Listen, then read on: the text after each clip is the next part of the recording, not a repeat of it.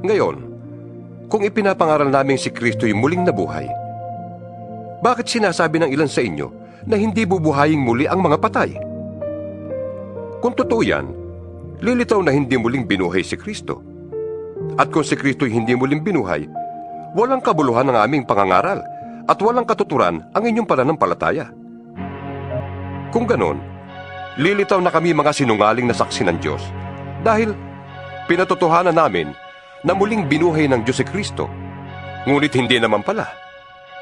Kung talagang walang muling pagkabuhay ng mga patay, kung hindi bubuhaying muli ang mga patay, hindi rin muling binuhay si Kristo.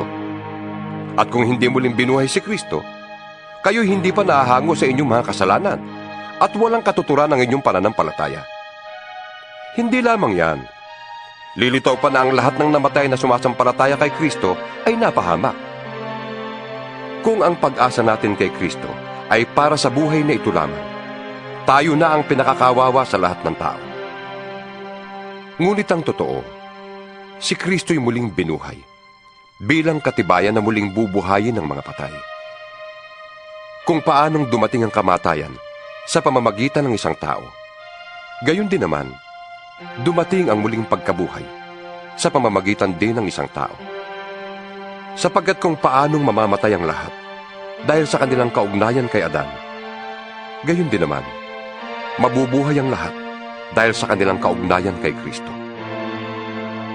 Ngunit ang bawat isa'y sa kanya-kanyang takdang panahon. Si Kristo ang pinakauna sa lahat. Pagkatapos, ang mga kay Kristo sa panahon ng pagparito niya.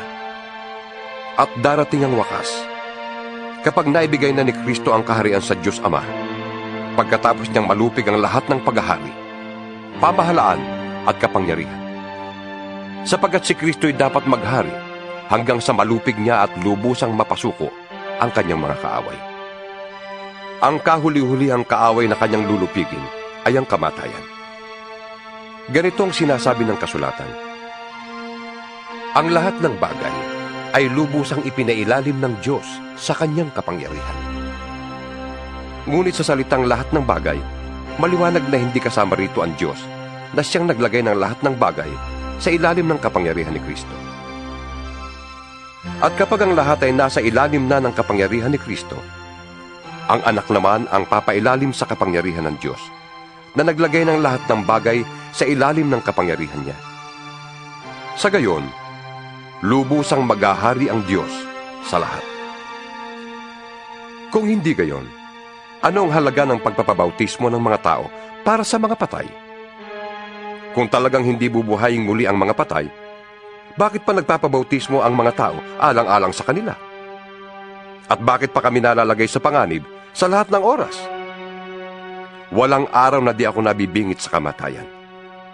Mga kapatid, sinasabi ko ito sapagkat ikinarangal ko kayo alang-alang kay Kristo Jesus na ating Panginoon. Kung ang pakikipaglabang ko sa mababangis na kaaway sa Epeso ay para sa tao lamang, ano ang mapapala ko? Kung hindi rin lamang bubuhaying muli ang mga patay, mabuti pa isundin natin ang kasabihang ito: kumain tayo at uminom, sapagkat bukas tayo'y mamamatay.